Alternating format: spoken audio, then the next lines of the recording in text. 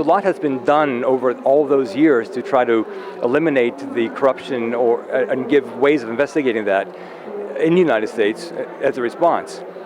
The laws in Brazil are much newer, and so it will take some time in Brazil, as it will take time in any country, to sort of change the culture for how public officials are monitored and investigated.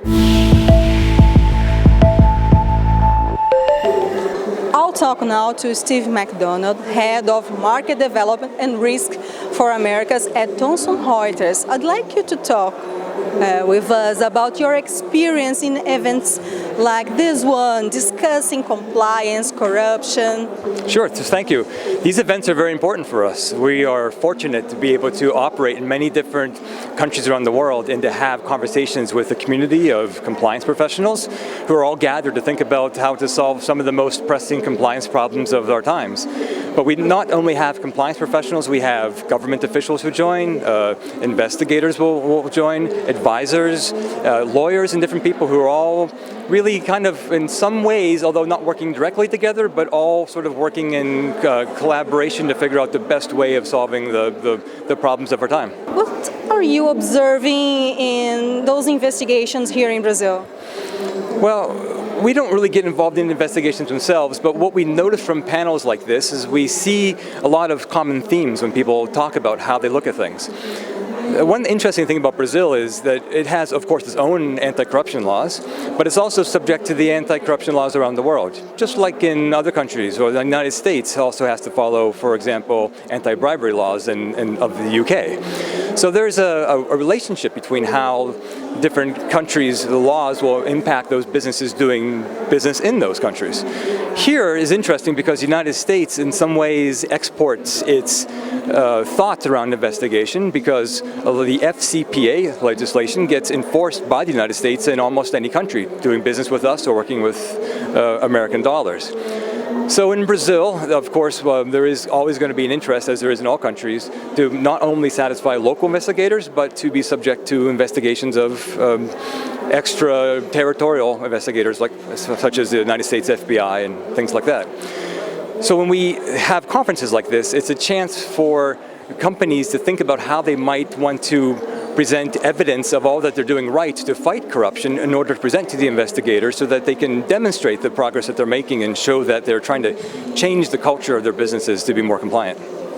And you feel a bigger demand from the companies concerned about these things, about compliance and regulatory things inside the firms?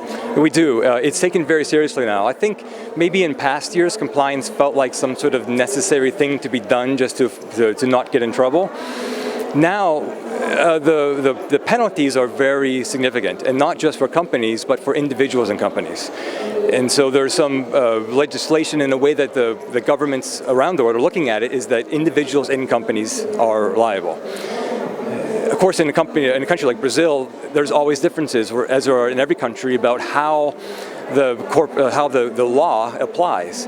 For instance, in the United States, the law thinks more about compliance and it covers all types of corporate criminal activity.